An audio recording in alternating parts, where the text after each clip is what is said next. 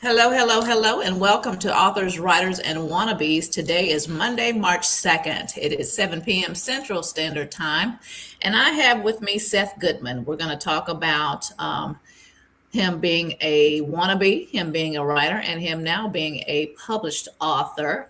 So now I'm going to hand it over to you, Seth. Alrighty. Well, welcome everybody. I'm glad to be here. So, my debut novel came out last August. It's been a long road. I got my start as a newspaper columnist, which is a big jump to a novelist. Spent a lot of years as a food and drink writer. Was the wine columnist for Morris News Service for quite some time. Sounds glamorous, but it's not. It's one of the It least does sound lucrative. glamorous.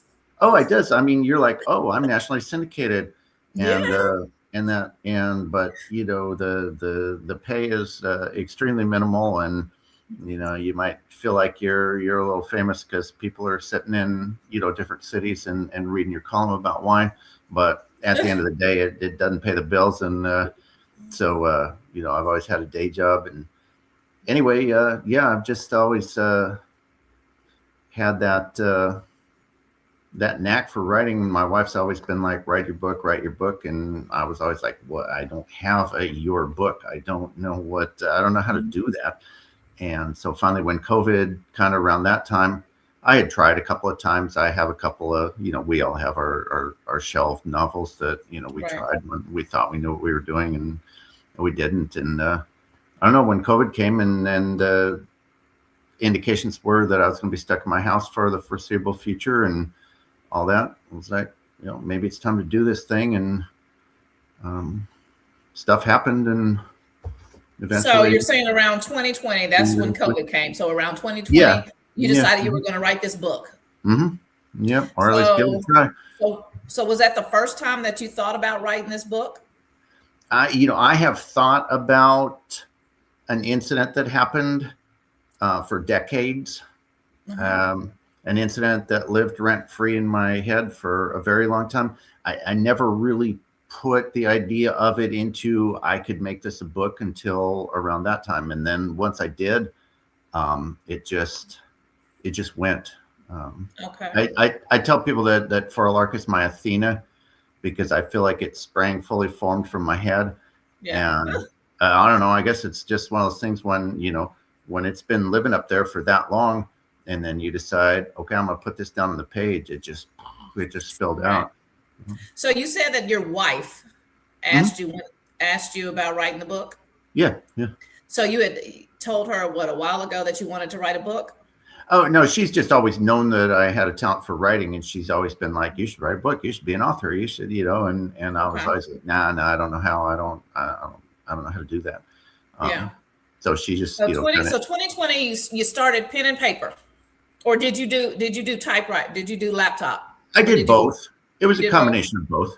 Yeah, Yeah. there was, you have those wake up at 3 o'clock in the morning with a scene in your head, and you just grab a Yes. notebook and you just write furiously, and then try Yes. to type it later. And then there's times when you're sitting down like, okay, I'm doing this like a professional writer. So yeah, there's a lot of both. Sometimes it was talking into my phone, Yeah. downloading one of those apps where you're out somewhere and they think you're crazy because you walk over and you're like talking to yourself on your phone, but it's like I don't want to forget this. Yeah. All right. So you were that type that you did it all. You wrote, you typed, and you spoke. Oh yeah. Oh yeah. Yeah. Whatever it took. Yeah, whatever it took. Yeah. So when I first wrote my first, when I wrote my first book, when I was in the beginning stage, I had stuff everywhere. I had stuff in my laptop. I had stuff, in my desk that I had written down. I had stuff in a shoebox that Oh I yeah, didn't yeah. want anybody to see because I'm writing a memoir, right? I don't want, Yeah. my family to see what I'm writing until, Yep. it's almost published. So yeah, I had stuff everywhere, and I even lost 3 chapters and had to go back and rewrite those chapters. I feel that there was a scene that I know I wrote one night. I know I wrote it. I know it was like powerful and Yeah, real and emotional, and I couldn't find it. I don't know. It just disappeared off the face of the earth, and I never found it. So I just had to try to rewrite it. Yeah. Yeah. That's what happens when you're I was when like, you're in where that is it? I writing know I stage. wrote it. Mm-hmm. Yeah, Mm-hmm. yeah. So okay, we're talking about this book, but we haven't Mm-hmm. named this book, right? Right. Yes. Uh-huh. So this book is Yeah. called For a Lark, right? Yes. And Correct. tell Mhm. the audience what For a Lark means and where you went about finding this. Okay. Okay.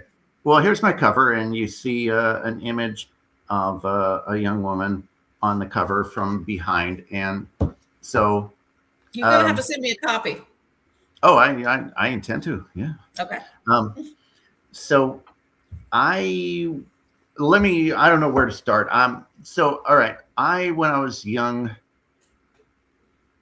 I was a manager of a pizza joint on Scottsdale Road in Scottsdale, Arizona. And we were like the adjacent wall was a gentleman's club. And Okay. so like literally I'm standing there making pizza and there's exotic dancers, just mere feet on the other side. But there was no overlap, none whatsoever. They kept it completely to theirs. We kept it completely to ours. And so one night, Did you hear the it's music? Could you hear the music all only the time? yeah, only after we were like the exhaust fans and everything were so loud they drowned it out. And then like Okay. late at night when I was closing and I was doing the till and everything, and I shut everything down, then you'd hear a thump, thump, thump, yeah, come through Okay. and that. But other than that, yeah. And so it's after close. I'm, getting ready. We're cleaning the store, and I hear the cowbell ring, and these two women come kind of stumbling in, tipsy, all being all silly and everything. And I didn't put it together for a while. They were like, I was like, I'm sorry, we're closed. And they're like, but we're hungry. I was like, sorry, everything's shut down for the night. Can't help you. And one of them was a tall blonde who looked exactly like what you would expect an exotic dancer to look like. The other was this With big really, boobs? Are you saying with big boobs? yeah, big, too much everything. I would say, yeah, too much hair, too much cleavage, too much makeup, too much legs, too much all of it. Oh, Yeah. yeah. Um, but the other one was this petite, kind of looked like she was mixed. Oh, by the way, my cat's probably yeah, my I cat's gonna see. It's okay. yeah. Um, and she was trying to yuck it up and be the fun party girl and had all the glitter and the makeup and all this stuff. But she had this sadness in her eyes that was like nothing I'd ever seen before. I mean, she just had this Wow. depth of sadness that was just, it haunted me. I mean, she lived rent free in my life for like just years. I mean, it was like a 5-minute experience, but I never forgot. I mean, I remember what she said to me. I remember what her voice sounded like, but I just remembered that sadness. And so I don't know, when COVID hit, I just thought, no, I'm gonna try to tell her story. And so that's what For a Lark came. So the book is about a stripper with a sad story. Yeah, it's Basically. about a lot more than that. but yes, it centers around a fictional gentleman's club in Scottsdale, Arizona, that is located not on the other side of the wall, but in close proximity to a fictional pizza and sub joint. And so Lark is that's her stage name, that's her dancing name. Exotic dancers don't use their real names, and she her life. Why Lark? Has Why been, Lark? oh, that was just her name. That's just what That I was just the got. name that you made up for her, huh? That was the name I got. There was a lot of weird things that happened when I was writing this book. I mean, I did the thing that most authors do. I would Google like baby names and stuff, and scroll through. But I don't know. Some of the characters, I knew their names, and I knew her name. Her name was Melody Larkness, and she went by Lark as a dancer. Gotcha. I just knew that. And so I don't know where that came from. I didn't even know that was a thing. I even looked it up to see, like, is that actually a real last name, or is that even like a thing? And it was kind of wild, the stuff I found. I've actually got a quote in there later in the book that comes from the Urban Dictionary that talks about Larkness, and it's spot on. It's just there's so many weird things like that. But Okay. anyway, yeah, she becomes. It wasn't supposed to be. So, all right, can I tell myself? Can Oh we just yeah, sure. here? So when I started this, when I conceived of this book, it was supposed to be a love triangle, and Uh, the guy, the manager of the pizza joint, he was supposed to be the main character. Okay, he's not me, by the way. Everybody's like, "Oh, oh. that's you." No, that's not me. It was supposed to be him and a love triangle, but Lark, just her character was so compelling and just so powerful that as the writing went, I just ended up scrapping a lot of that. And then things happened, and I was like, oh, no, they are not. And I was like, oh, yes, they are. And so, yeah, it was never supposed to be what it turned out to be. But So the did you character start took when over. you started writing this book? Did you know the ending to it? Yeah, well, I knew an ending to it, but it's not the ending that ended up being the ending. Gotcha. So And I that's what happens. thought, That happens a lot. yeah, I thought Lark was going to be the catalyst. I Okay. thought that Romeo and his highbrow Scottsdale girlfriend needed a wake up call in their life and needed something to shake them up and cause them to re-examine their priorities. And I thought Lark was going to be the catalyst who was going to come into Romeo's life and was going to cause both of them to. And that's not what happened at all. That's not what happened. At all. Well, that's what No, happens when authors when we Romeo start changed a writing. lot. And Lark crashed into his life, but yeah, not in the way I ever imagined. Now you know what? My stripper name was Carmen. I used to be a stripper. Okay. Oh, cool. All right. Yeah, but it was a lot of daisies. It was a lot of melody and stuff like that. Mhm. I've never heard of the Oh yeah. lark. Yeah, Lark we is have kind of cool. Iris and Jade and Diamond and Pearl Oh and yeah, Candy diamond. It was a lot of and all them. diamonds. Oh yeah, all them are in the book. Yeah. Uh-huh. Yeah. Okay, Mhm. so Yeah. how many strippers are in the book? You A can't tell lot. the whole book, but A lot. how many No, strippers are? I won't give any like really huge spoilers. Well, so the thing is, it's a multi POV. Um, Uh-huh. And and explain so what POV is. yeah.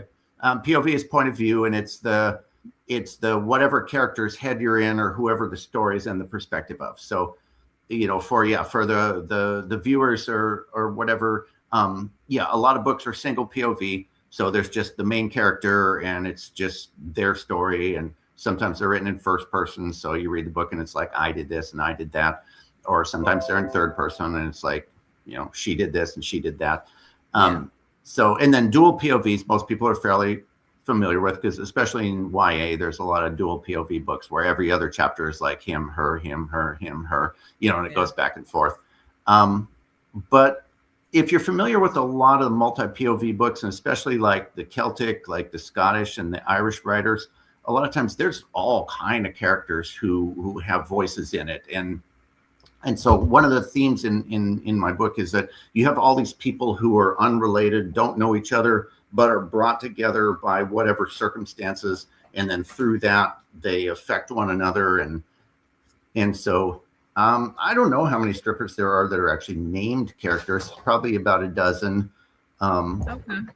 The only ones that you actually really get to know very well of the dancers is Lark and Candy, her roommate, and then Coco, who becomes important. But then you have POVs of Romeo. He's the male love interest, the manager. You have Benny, who owns the club. He's an old Sicilian from New York City.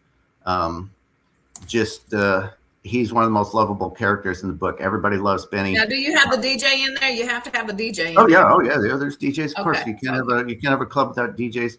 And then Jerome is he's the bouncer initially, but then he ends up becoming Benny's business partner, and everybody loves Jerome. He's the former football player, big, tough, imposing guy, but really has a heart of Oh, I gold. can't And read this book. Yeah, please send me a copy. So, I will. um, I will. People who's love the your? characters.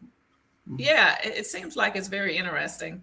I'm currently writing a romance novel, Okay. and it's I don't know if I told you yesterday when you and I talked, but it's erotic. I'm sure Yeah, yours you sound a did. little bit You did. erotic too. You did. Yeah. So here's the thing. I mean, if this was a movie, if they made a movie of For Lark, it would definitely be a hard R. I mean, for Yeah. sure. But Yeah. actually, honestly, as a book, it's fairly low spice.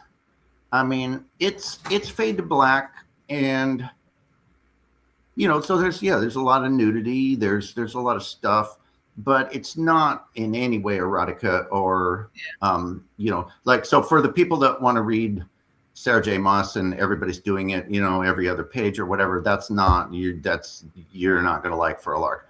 But if Okay. you want all the tension and the suspense and Yeah. the Yeah. characters and the will they won't they and the slow burn and the all that, Yeah. and then there's a villain, there's a bad guy, it's a romantic suspense. So there's a Yeah. floor manager who kind of becomes obsessed with Lark in a dangerous way, and Uh-oh. so she That doesn't sounds like know. a movie.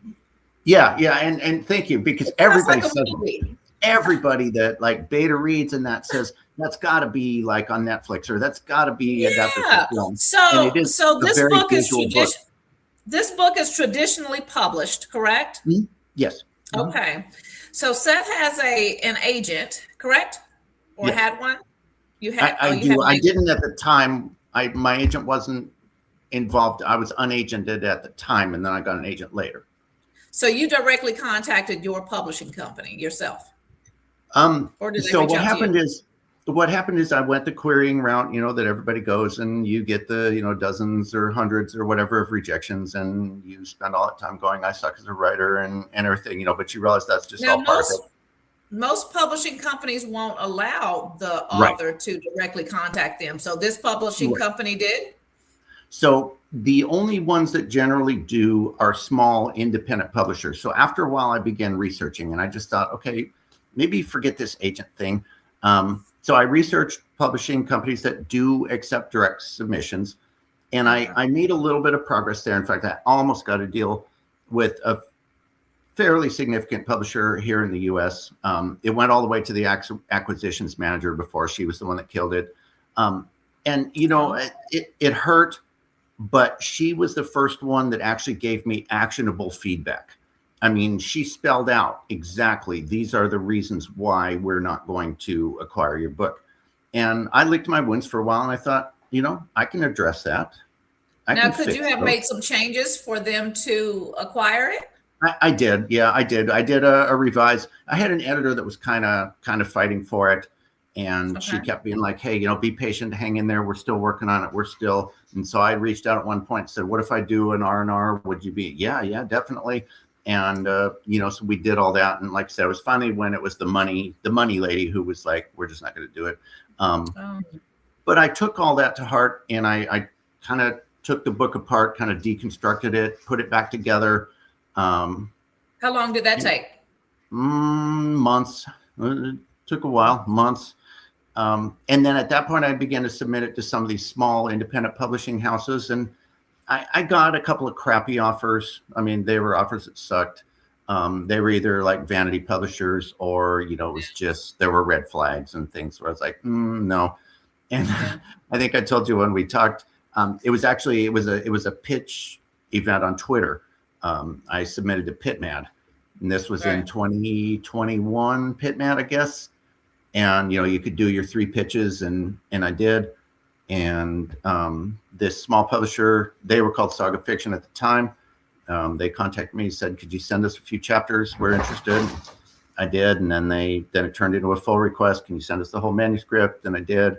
And then it turned into the Zoom call where, she said the words that changed everything, said, I loved For a Lark and I want to commission it. And oh, that's nice. That's nice. Yeah. So you say you started writing the book in 2020. Now, when was it released? It was so this is how publishing can work. It was released in August of 2025. I signed the book deal in, I think it was March of 2022. Really? And so, yeah. Oh, wow. So, yeah. So it took 3 years for it to be published? Yes. Is it common? Is that common? Apparently, from what I've been told, that anything less than 2 years is pretty much a miracle. and that like 2 to 3 is pretty standard, and that it can be more. Which Really? I don't know what they do for that time. I was like, Right. What do you do for 3 years? You've got the you manuscript, you've you edited, know it, right? So it's did you have any say so in the cover? yeah, I did. I had say so in pretty much everything, which is cool. That's one of the things that I do really appreciate about having a small press. Yeah. Here's the thing about having a small indie press. It's a double-edged sword. There's the drawbacks, obviously. They don't have the budget, they don't have the distribution, they Right. all that. I would love for them to put my book in all these stores, and they can't. But on the other hand, with some of the big fives in that, once you sign it over to them, it's theirs. And they can do whatever they want. They can change the title, they can change the ending, they can do whatever. And Oh, it's yeah. like it's their book now. And so Four Lark's always been my book. So we've always worked in partnership through all the different rounds of editing, the structural editor and all the things. And yeah, so I sent them some little mock-ups of ideas of kind of what I imagined the cover to be. And then they came back to me with their ideas of some different proofs, like here's some concepts. What do you think? And then we, just went back and forth and narrowed it down.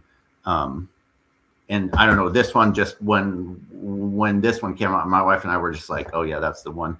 I mean, this one was just perfect. I mean, she looks exactly like what Lark would look like. Her hair's not quite long enough, but other than that, Yeah. but yeah, it's You're not just. going to make a big deal about the hair, are you? Oh no! This is great. No, this cover is amazing. It's in the background. I don't know if you can really see this. So she's looking towards, and you can see kind of the desert landscape, and then the mountains in the back. And if you've ever been to the Phoenix and Scottsdale area, it's called the Valley of the Sun, and it's set in mountains like that. And it's like it's showing like her journey, is taking her, like it's uncertain like what's going to happen and where she's going, but she's on her way. And and she's obviously a person of color, but kind of indistinct, as far as you can't really tell. So yeah, no, she I got love it. just a tan on her. She looks like she has a tan. Yeah. I mean, so she could be Latina, she could be mixed, she could be. Now the actual character's mixed, but yeah. You should have named her Carmen. See, I'm mixing. My stripper name was Carmen. I could have been in that book. I Hey, maybe know. I could play her role when it comes out in the movie. There you go. Yeah, if they're looking for somebody to. I think I still got a little bit of stripper moves left. Yeah, you can still shake it, huh? All right. So, did any particular author shape you early on, or do you have a particular quite a author few, that you yeah. read a lot of books to? Oh yeah. Well, actually, what a lot of it was those authors that I would read their books and I would love their book, but I would also get like horribly discouraged because I would think, in 1,000 years I could never write anything this good. So like one of the books that really did that to me was Looking for Alaska by John Green. Well, the first time when I read Looking for Alaska, I just thought, my God, I give up. I can never be an author because this is unbelievably brilliant and I can never write anything nearly this good. And so, You said John I love John Green. John Green. Yeah, Looking for Alaska. It's a YA book. Gotcha. He's the one that wrote The Fault in Our Stars. Okay. And so and then probably the author that I most try to emulate is Frederick Bachman. Okay. He writes multiple POVs, and he writes books. People say, what are Frederick Bachman's books about? And I say they're about the human condition. That's what they're about. Because if you take the actual plot, they're all so different that it's ridiculous. One's about a youth hockey team in a poor town in Sweden. One's about an old lady who's, I can't remember if her husband's left her or died or whatever, and she decides that she wants to get a job just to have something to do. One's about a woman who's dying, and she sends her granddaughter out to deliver all these mysterious letters to people in her life. I mean, one's about a guy who wants to commit suicide, but he's what am I trying to say? He doesn't want to be a burden to anybody, and he wants everything to be perfect. So he's trying to find a way to do it that it's not going to create a mess or whatever. And he can't figure out a way to do it. And he keeps getting interrupted by all these people. And then eventually, he ironically starts to find a reason to want to live, through it all. His books are about, they're not about like any particular, one's about a bank robbery that goes wrong and ends up being a hostage situation. But what they're all really about is what it means to be human. Gotcha. That's really what they're about. So if you're just now tuning in, I have Seth Goodman on line with me, and you are listening to Authors, Writers, and Wannabes. Today is March 2nd, 2026. 7:30 is the time. We've been on here about 30 minutes talking about his book, For a Lark. And it is a contemporary romantic suspense book that I think can go to film because it has me very interested and I'm like ready to see it on the TV. So Seth, I got to ask you a question. Is that your real name or is that a fake name? It's a pseudonym. It's my pen name. Mm-hmm. Pen name. Yeah. So sometimes and I come across this a lot, and when I have interviewed other authors, if they have written a romance novel, they have chosen a pen name, and it's common. It's common. So I'm going to go into the next question, Seth. Okay. What did your first terrible draft teach you? It taught me to humble myself a lot and to listen to other people and to put my ego like way down because I thought I knew what I was doing. And then I was fortunate enough, I was blessed enough to have a person who was a former editor actually who took an interest in my manuscript and offered to like work on it for free, which nice. I didn't appreciate at the time. And I like offended her so much because I would I would get upset at her suggestions and I'd kind of be like, well, how dare you say that wasn't good enough? And I was kind of a jerk. And now I look back and I'm like, man, what an idiot. Yeah. I mean, but so that's the main thing I learned from that was that, I think that's what I learned too. Way down. I had to humble myself too. Yeah, because when I first wrote my book, now I'm not an educator whatsoever or a perfectionist in writing, or I don't claim to be an English professor. Yeah, but I love writing, right? And that's what the editing process is for. I love writing, and when I got some feedback, I was like, "What? I know my book is good," Yeah. Yeah. So she would take a passage and she'd be like, "This isn't going to work right here," and I'm like, what? Right. Oh goodness. So are you a plotter, pantser, or something in between? I am a chaotic plantser. Okay. Describe that. Yeah. So that's where you kind of know some of the major beats. You have a pretty good idea what the climax of the story is. You kind of have a pretty good idea how it's going to end. You don't really have any idea how they're going to get from point A to B to C to D, but you'll figure it out along the way. So and so you don't necessarily write in order. Like sometimes like a scene just comes to me and I'm like, oh, that's good. Yeah, that's going to happen in the book. And so you just write it and you don't know when or where it's going to happen, but you just know it is. And then eventually, you have all these pieces that you're trying to figure out how they fit together and then write those bridges, those in between, like how do we get from there to there? Right. So, For a Lark. Lark is the stripper. It's a contemporary romantic suspense novel. So how many pages is it? It looks pretty thick. Yeah, it is. It's pretty substantial. That was a panic for me for a while, and it ended up being okay. The print version comes in at looks like about 427. No, sorry, 490-ish. That's a nice novel. Yeah. And so I don't know if like you or if the viewers know this, but 100,000 is kind of a magic number in publishing. It's kind of taboo. We're talking about words. We're talking about words. Yes. It's if you're a debut novel, it's kind of taboo to go over that. There's an unwritten rule that nobody will publish a debut novel that's over 100,000 words, and just various things. There's a lot of unwritten rules that aren't true, but anyway, yeah. So when we got into this, and my structural editor was working through it, it was already a little bit long, and so I was already worried. And she kept telling me, "Don't worry about the word count. Just tell the story." And there's a subplot. There's a sub romance that happens between two other people. One of the dancers, Rose, and a man that she meets. And I loved their story so much. When I first wrote the book, I had a whole like whole chapters that were Rose chapters, and some of the beta readers were a little put off. They're like, I feel like I'm reading a different book now. Yeah. But I cut a lot of it back because I was like, okay. Well, my editor was like, I love the Rose and Josh stuff. Do you have any more of that? I said, oh, do I ever? Yeah, I've got so much more, but I cut it out because I didn't. She's like, I want to see it. I want it. And so I was like, well, what about the word count? She's like, don't worry about the word count. We're the publisher. We'll deal with that. You write the story. And so, yeah, it was awesome. Well, my book is only like 180 something pages. Man, I feel bad.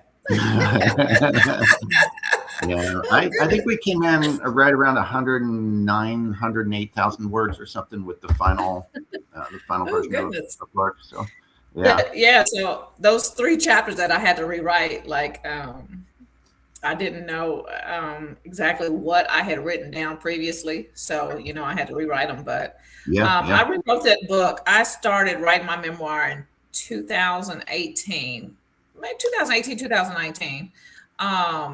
And I rewrote that book probably 5 times because I had a lot of stuff in there that I was like, ooh, do I want the world to know this? Ooh, do I want my kids to know this? Ooh, what will my kids think of me? Ooh,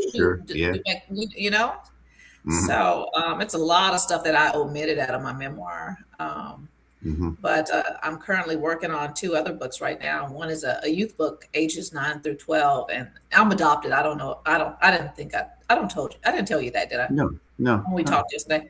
Yeah. So do you even know my story? Not really. No. Okay. So I've I'm been to your adopted. website and that, but I don't. Yeah. Yeah. I'm adopted, and I'm writing a book called The Boy Who Found a Home. And this book is for ages 9 through 12. And he was in foster care, and he finally found an adopted family. No, very cool. And the other book is a romance novel. So I think I'm gonna do a novella on that, a short one on that one. I don't think that's gonna be long, but yeah. So those are 2 books I'm working on now. And a little bit about my background is I was adopted at birth. I was born in Oklahoma, Ada, Oklahoma. Oh yeah. And I used to live in Kansas and Missouri, so yeah, I know that area. Yeah. So I found my birth mother when I was around 21, 22. And then I found my birth father doing Ancestry in 2018. Sorry, my cat keeps rubbing her face in that sentence, moving the camera. Have you ever heard of the book called The Innocent Man by John Grisham? No, I've heard of John Grisham, but I don't know that one. It's his first nonfiction book called The Innocent Man. Netflix released a documentary called The Innocent Man, and The Innocent Man is my father. Are you serious? My birth father. Yeah. What? A white man who served on death row almost 12 years for a crime he didn't commit, and he was exonerated 5 days before his execution date. Okay, I had no idea.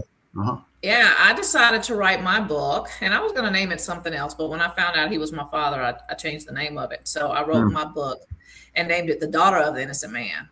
Oh. So there's mine. Oh, man. Wow. That's something else. Okay. Yeah. Well, we got to swap then. Yeah. I know. I'll mail you out one, and you're going to mail me one. We'll do that. Normally, I ask the authors who come on here or my guests to mail me out a book, but since this show was like all over the place and I couldn't. Yeah. No, it's all right. No, I fully am on board with that, and we'll do that anyway. Yeah. Sort of surprised you didn't. Yeah. What did you say? But this happened kind of quickly, so yeah, it's all good. Yeah, it did. But it came together good, didn't it? Yeah, I think so. I think it's working. Yeah. We'll see what the viewers think. Yeah. Right. And so how did you handle days when the words wouldn't come out? So did you ever get writer's block? Oh, all the time. Yeah. I mean, not in Furl Arc. I didn't. Like I said, Furl Arc was my Athena. It sprung fully formed out of my head. And then, so silly me, I thought, oh, now I know how to write a book. now I know how to do this. Wow. Yeah. Like Hermione Granger once said, what an idiot. Because then I went to write my next, work in progress. And it took me, whereas For a Lark, my actual first draft of For a Lark took me 3 months. 3 years later, I was trying to finish like my next manuscript. Okay, so let's talk I mean, about I that. could So, not just, I was like, what's a sentence? I mean, yeah, how do yeah. you, like, I don't know how to write a book. What? So It have was you like, it finished all just, this? yeah, I have. That was the manuscript that actually got me my agent. So when I started querying that one, then then I got an agent. So that one's on sub right now. It's in the hands of a number of different publishers. Not We haven't had an offer Okay. or anything. And then I'm working on so that one's a rom com. It's it's not as serious as For a Lark. For a Lark has a lot of gritty, a lot of make you cry, a lot of tough. I say it'll leave you cheering. I mean, Yeah, because Lark story is a powerful story, but yeah. there's you're gonna have to go through some ugly stuff to get there. Whereas the rom com, it's just more fun. I mean, it deals with I'm not a person who's going to shy away from societal issues or anything. So it's got some stuff in there. All my books are pretty much going to deal with either racism or sexual assault or economic inequality or just the crap in this world because that's important to me. But it's a lot lighter. It's two teachers at a fictional high school that it's a hate to love. It's not really enemies, but they can't stand each other at first, but they're going to be forced to work together, and of course they're going to fall in love eventually. Now, And then where did you get this story from? How I did you don't get to know. that story? I've been in public education as my day job for a long time. My wife is a science teacher, so schools have been a big part of our life. So the idea of writing a book that's set in a school was kind of second nature for me. I don't know where I got this idea specifically, but the main character, he's just kind of a freewheeling English teacher who's really into like the quirkiness of the English language. That I don't know if you realize, but the English language is jacked up. I mean, it's like compared to other languages, English makes no sense. It's insane. And so he just embraces all that. He embraces all the nuttiness of this, Yeah, though it's actually called English. Um, and she's like this really like strict kind of tough as nails, not playing around, kind of science teacher, and he's this just sort of anything goes, just live in the moment. And so they end up being forced to be on the field trip committee together, and they have to plan the field trip and all that. And so there's all these mishaps that occur and everything. So it's fun. now when you got writer's block writing this manuscript, Yeah. how did you overcome that? What are some things that you did to get past that? Sometimes it was just taking some time away from it and just spending some time reading, and intentionally reading, not just reading, but saying, I need to read some things that will inspire me, and I need to read some things by good writers, where rather than just reading the story, I'm really looking at their craft, and I'm really looking at how did they tell the story? How did they make me feel the things that I'm feeling, and how can I Yeah, incorporate some of that into my writing? Some of it was just, like I said, taking little bits and pieces. Like I might not know what to do right now, but there is something that I know that's going to be part of this story. So let me at least write that so that I have something, some of those little, fill in some of those little chunks and those little pieces. And then sometimes it was just a matter of like, I know it's going to sound kind of weird, but putting myself in the story and just, going uh, back and reading some of what's happened and saying, okay, you're there. This is where you're at. This is what we're looking at. What would I do? What's going to happen next? How would you respond to that? And then just kind of just letting the inspiration just say, letting it okay, flow. I wasn't really planning this, but Yeah, this is what I'm feeling right now. And that's part of that chaotic planter, because sometimes, you don't end up writing what you thought you were going to write, but then you're like, yeah, but that feels more like what a person would actually do and say in this situation. And, that really could lead to this. And so, So I don't I know. got a question for you. So since you're in education, do you think that allowed you to be a better author? If I'm wording that correctly? Not really. No, No, no, no, no, I don't. I don't think the two are related at all. no. First of all, I'm not an English teacher, and my job has nothing to do with like Okay, books or writing or any of that. I don't think I could be an English teacher. I think I'd be bored out of my mind, and it would drive me crazy. really? Ugh. Yeah, yeah, and I hate to say this, and I'm sorry if I'm offending any English teachers. I'm sorry because, but here's the thing: as a kid, I loved reading. I mean, my mother would take us to the bookmobile every Wednesday, and I would come home with an armload of books, and I loved books and I loved reading. But by the time I graduated from high school, I actually was put off reading for years. I don't think I read a book in I don't know how many years because all that stuff they forced us to read in high school that I hated, and all that grammar crap and everything. I'm sorry. Yes, I'm a professional author, but I don't have any idea what a gerund phrase is, and I don't know what any of that stuff means, and I Yeah, honestly don't care. I don't want to get a degree in all that. I just want to tell good stories that make people feel and that. yeah. So you traditionally published for a lark, and you Mhm. are now currently looking for or have submitted your book to traditional publishing companies. Yes. Um, Mhm. and you and I talked about this yesterday. You like going that route. You would prefer a traditional publisher over being self-published, correct? Oh, definitely, definitely, yes. Okay, and tell us why. This is where I always tread carefully because I never want to offend people who are self-published. Um, and so, in no way am I trying to say it's a superiority thing or any of that, because that is out there. That is out Yeah, there that, well, yeah, you weren't good enough to get traditionally published, so that's why you're self-published. And I'm not. I never say that. On the other hand, I do feel like self-publishing has opened up a glut of just anything goes, and that's yeah, not really good either. It's kind of like I don't know if people relate to golf at all, but it's like one of the things they say about public golf courses. The great thing about public golf courses is that anybody can play. The bad thing about public golf courses is anybody can play, yeah. and so it's kind of the same thing with self-publishing. So I feel like Anybody can publish. Sure. yeah, if I've written something that I've put my heart, my soul, and my best effort, and I've spent months or years or whatever on, I feel like I need to put it out there to the professionals and say, here's my work. Yeah, And if they accept it and say, yeah, that's good work, and we think that can sell, and we want to publish this, I feel like that's just, for me, that's the route I want to go.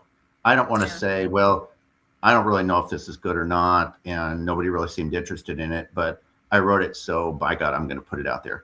Because yeah, there are people who do that. They write, they don't work on their craft, they don't like actually develop their skills as a writer. They don't want to go through the rejections in that, and so they're like, well, I'll just put it on Amazon. But I have friends they put me to shame. I have friends who are self-published they're 3 times the writer that I am. I mean, I could only dream of ever writing anything as good as what some of them have written. And they're self-published by choice because they're just like, I don't want to deal with all that. I don't want to yeah, spend years waiting for my book to come out. I want it out now. So I'm going to publish it yeah. myself. And so, but just I, for me, it's I, just I rushed. I rushed with not my my path. memoir. Like as soon as I got it done as soon as I, finished writing it and had it edited, I was in a rush to get it, released. Yeah, I yeah, was in a yeah. rush to There, get it published. And I wish I hadn't. I wish I had gone the traditional publishing route. And I was talking to some people and they was like, it's not too late, but it is harder to get traditionally published after you have come out with a self-published book. it is, But but I that think I think with my story of this memoir, and I don't think that it would be too hard. no, I don't think so Because either, what and that's what I changing. did, I went into Barnes and Noble. I showed this book to the manager, and then I showed my book to the Uh-huh. manager. Yeah, yeah, And I yeah. told him, I said, yeah. He was like, I said, I want my book in Barnes and Noble. He went to the kiosk and he ordered 5 of my books right then and there. Oh, very nice. Yeah, So it yeah, was easy to get in Barnes and Noble because, yeah, of my story. yeah. But I did submit That's to, the balance is changing. There was a time when self-published was pretty much completely rejected by retailers and all that as like, lower quality. yeah, But more and more indie bookstores are seeing the value in that. More and more people are realizing that there's this glut of Colleen Hoover books that are all the same, and that maybe it's not like the greatest thing in the world, and that everything coming out that just fits the cookie cutter is getting boring. And so there's a lot of people that are starting to recognize that there's a lot of really talented writers that are writing stuff yeah. that just doesn't It fit doesn't what make it. Yeah, publishing says. It's like right. if you want to write a hit song, 2 verses, then a chorus, say the title twice, have a bridge, and you got a hit song, and it's like, okay, where's the creativity in that? Right, right. Guys, I do have some authors, writers, and wannabes tumblers, some black tumblers with the logo on there. I do have T-shirts, and I do have journals and totes. So you can go to my website if you want to order one of those. It is www.noeltheauthor.com. You can also get my books on there. I do have a healing journal. I recently went through a separation, so I wrote this healing journal to help myself heal, and it has helped many others heal that has gone through a divorce, a separation. So yeah, if you have ordered that journal, I will send out an autographed copy of my book called The Daughter of the Innocent Man. If you want to order that on my website, again, it's noeltheauthor.com. And we are currently talking with Mr. Seth Goodman.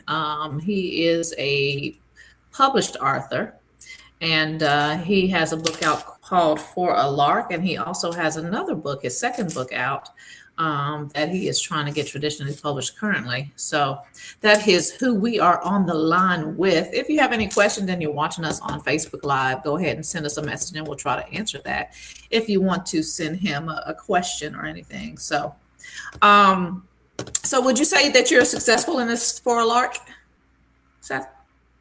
I think the jury's still out on that. I mean, on the one hand, when you look at the statistics, there's the argument that can be made that every single book that actually gets published is a miracle in a sense, because the odds are so stacked against you. So on that hand, yeah, obviously I'm very successful in that.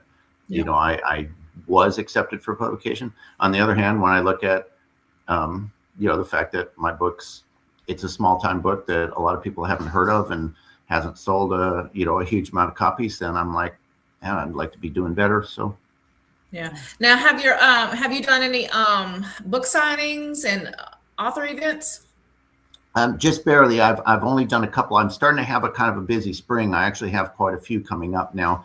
I did one with a group here in the area where I live that was pretty cool. That was my first ever, and it was an adult book fair, and that was neat. That was a good experience. I learned a lot. I sold a handful of books. I think I sold about 13 or 14 books. So I felt okay about that. Good. Yeah, that's okay. Yeah, especially considering a lot of them were to total strangers. It wasn't to friends and family. Yeah, right, So, right. and then I've got a couple. I've got one coming up this Saturday. I have another one the following Saturday. I have one in April, one in May. So yeah, it's starting to. And those I've actually done some research, and a lot of people say when you're first starting out that that's actually the most effective way is to get yourself in front of people, actually talk to people face to face, and so trying to work on that. And you're not afraid to talk, are you? No, I'm not. You could probably better. And I have got a couple of stores are carrying my books, a couple of local stores. We have a second in Charles in Greenville, South Carolina that stocks it, and a couple of small retailers. And so that's super cool because, you're scared to death to go in there and be like, hey, I'm an author. I wrote this book. And you're thinking they're going to be like, but there's some stores have been really great and some are not really interested. So yeah. Now, does your agent or the publishing company have to set you up with these events, or can you do them yourself? Oh no, I can do them myself. They're very supportive, and they provide me like artwork and banners, and my publisher sends me all that. But yeah, I'm able to. In fact, they encourage me to anything that I can grab a hold of. Okay, especially that's again, good. they're in Mumbai. And so in India, they could set me up with all kind of stuff. But Yeah. since I'm in the United States, that Well, doesn't they work. just got to So fly you to India. yeah, right. Yeah. And if they had Now, that big budget, is your book in some of the Indian stores? Indian Not yet, bookstores? but it's not yet. That's the plan. The plan is to do a print run and all that. I'm not sure why they've delayed. That's been something that's been a bit of a confusion to me. Their explanation they gave makes sense, I guess. They said that if books start in India, it's really hard then to get them like into the United States and the UK because people see them as, oh, that's a book from India. Whereas they say if they start in the United States and the UK and that, then they can get into India better, and because then they're like, oh, that's an American author. So that's what they've told me. Okay. So I just have to go with it. Yeah. My actually a couple of months, my book has done well, and I looked at my Amazon report because I have it on Amazon Hmm. too, Ingram and Hmm. a few bookstores. Yeah, But United Kingdom is liking my book, I guess. Because cool. Yeah. last month I think United Kingdom was the country that ordered the most. Oh wow, more than the US. Oh, that's awesome. Um, Yeah. yeah, Uh-huh. yeah. I think I checked it a few months ago and it was United Kingdom too. I was like, Yeah. Very okay. good. Very Maybe I good. should go up to United Kingdom. Yeah. Yeah. Yeah, go Do over there and a do a book little. signing. Go to Waterstones. That's their like the equivalent of Barnes and Noble. Is Yeah, Waterstones. That's their big chain of bookstores over there. Waterstone. Yeah, It's crazy Waterstones. because a lot of authors that I have on my podcast, I learn a lot from. Mhm. Like I meant to take a note earlier on what you said. You said you have a lot of indie publishers. I want you to send me that list if you Okay. would. Yeah. And you said Waterstone in the UK. Hmm. Yeah.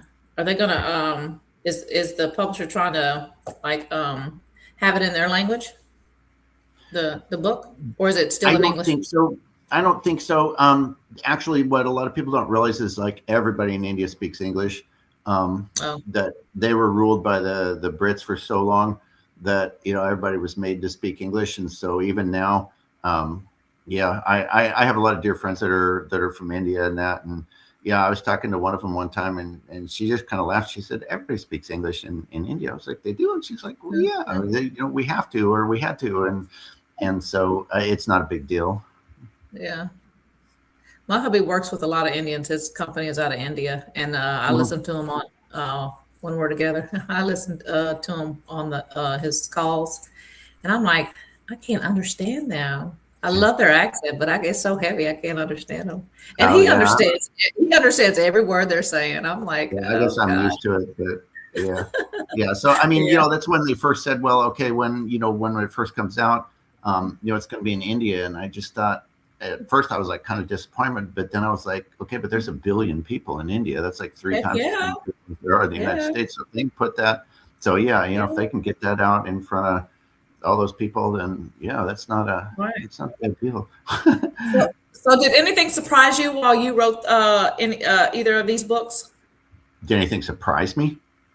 Yeah, Yeah, a lot of things surprised me.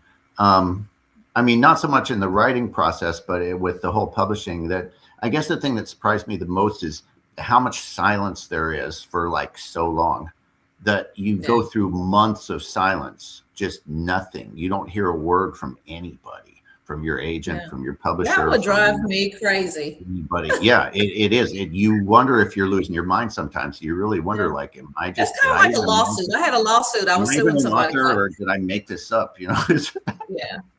That's kind of like a lawsuit because I sued somebody because they hit me. A drunk driver hit me and totaled my car.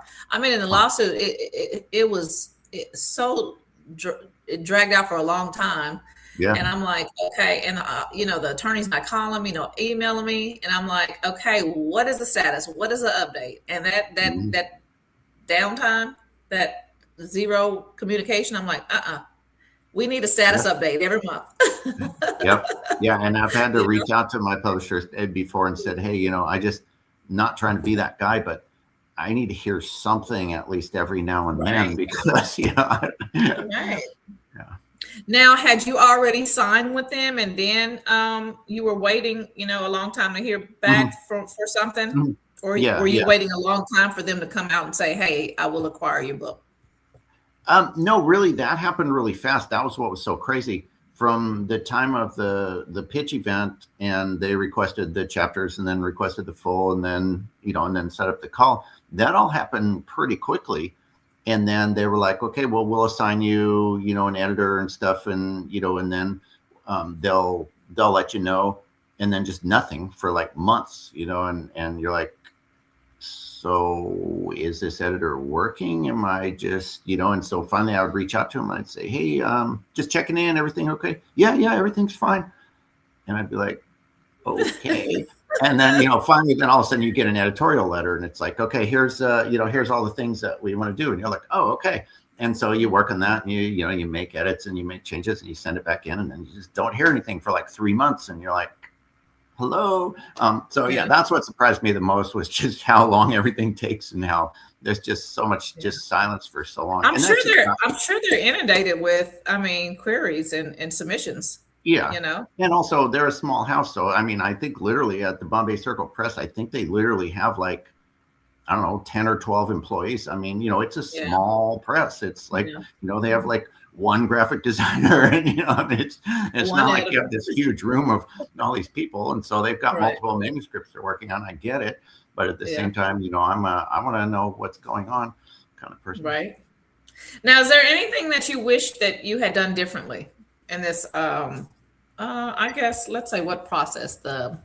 Let's start with the writing process and then with the publishing process. What is there anything that you would have done differently? Okay.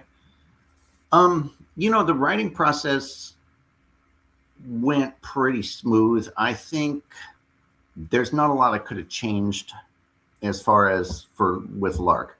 Now Hmm. with English, with my second manuscript, I could have been more disciplined. I could have been more diligent. I could have forced myself to put my butt in that chair and knock out words, and maybe I should have done that, and it maybe wouldn't have taken so long, and maybe I wouldn't have had as much writer's block. Yeah, I don't know. I'm a person who I struggle to multitask, and so because of the fact that I have a day job, I have a home, and things to take care of, it's hard for me to just be like, no, I need to sit down and write when there's all Yeah. these things that I feel like need my attention. So I definitely, that's an area that I struggle with. As far as with the publishing, I don't know, maybe I should be more, maybe advocate for myself more, maybe be more, but I felt like I never want to be that guy that like, is too pushy and they Yeah. decide, okay, he's a hassle to work with. He's not, he's too egotistical or whatever. And so I Oh, try yeah. to just defer to, okay, you guys know what's best. All right. So we got to wrap this up. I'm going to ask you one fun question. All Are you a right. night writer or a morning writer? Tend to be a night writer. Mornings are not good for me. Yeah, Yeah. definitely. I I'm, used I'm to a two. Yeah. I'm a 1 during a.m. prologue, I to would 3 a.m. writer. yeah, I had a lot of that. I would go into my den and I'd tell my wife, okay, I'm going to go write, and then time would just get away from me. And when I finally came out, like the whole house was dark and I had no idea what time it was, and she'd long gone to bed, and I was like, oh, okay, I guess I was in there longer than I thought. Guess I got to go to bed with the wife. Yeah. All right. So if you have been listening to us, we really do appreciate it. This is Seth Goodman, author of For a Lark. That's FORA Lark. And you can find, do you have a website? I do. Where would they find your book? Yeah, they can find my book if you go to my website, it's sethgoodmanauthor.com. And then there's a purchase link there. Or if you go to Amazon in the United States, it's mostly available on Amazon unless you live in upstate South Carolina. So just go to Amazon, search For a Lark by Seth Goodman. And you can get it in Kindle version or paperback. It's Have you thought $13.99 about for doing it in audio? I would like to, but at this point, my publisher's not doing that. But I would love to have an audiobook. Yes, definitely. Yeah. Yeah. So what if you wanted to do it yourself? You wouldn't be allowed to since you have a I don't think publisher. contractually, I Yeah. don't think I'd be allowed to, but yeah, I would love to if that becomes Yeah. an option. I've got mine on Spotify. Yeah, I I know love people who are dyslexic who don't read a book, but they like to listen to them, and I'd love to Yeah. be able to. Yeah. Yeah. Mhm. A lot of I just put mine on spot. I released my book, my memoir. I got to wrap this up. It's two after. I released my memoir March of 20. What is this? 20, shoot, 25? No, 24. March of 24. Yeah, it's on yeah, March of 24. 2 years in, yeah. Yeah, whatever. But I just put it on Spotify probably maybe 6, 7 months, 8 months ago. Okay. And I don't know what took me so long. Mhm. But I did a clone voice of mine. I did a clone Okay, so you voice. read it yourself. I That's did, what I was going to ask you, if you it was hired a reader. well, what I did was I did a clone voice, so it's not my actual voice. It kind of sounds like me. Okay. I did it through gosh, I can't even think. But it's on Spotify. In Okay. audio. That's what I use is in audio to do it. All right. And you can clone your voice, and it sounds a little bit like me. Now the people that know me it was like, yeah, that's not you. And I'm like, okay, does it sound like me? Yeah, a little bit, but we can tell it's not you. Well, I'm like, well, Mhm. people that don't know me don't know it's not me, right? Yeah. Right. But I kind of wanted it to tell this story because it's my story, right? Yeah. But that's why I did the clone voice. It sounds good to me. It was good enough for me. Maybe I'll go back and do, a real one of my voice, the whole book, of my authentic voice. But yeah, you can get my book on Spotify. It's on Kindle. It's on paperback and hardcover. All right. Thank you, Mr. Seth. We do appreciate it. Next week, we are talking about traditional versus self-publishing. So join us next Monday, 7 p.m. live on my Facebook. That is Noelle Daniels. You can find us every Monday at 7 p.m. Central Standard Time live, or you can listen to us on all of the platforms, Google Podcast, Spotify Podcast, Apple, and all of the other ones. I think we are Roku Live too. On Monday nights. So yeah, just check us out. It's called Authors, Writers, and Wannabes. Appreciate it, Seth. Have a good night. All right. Good night. Good night.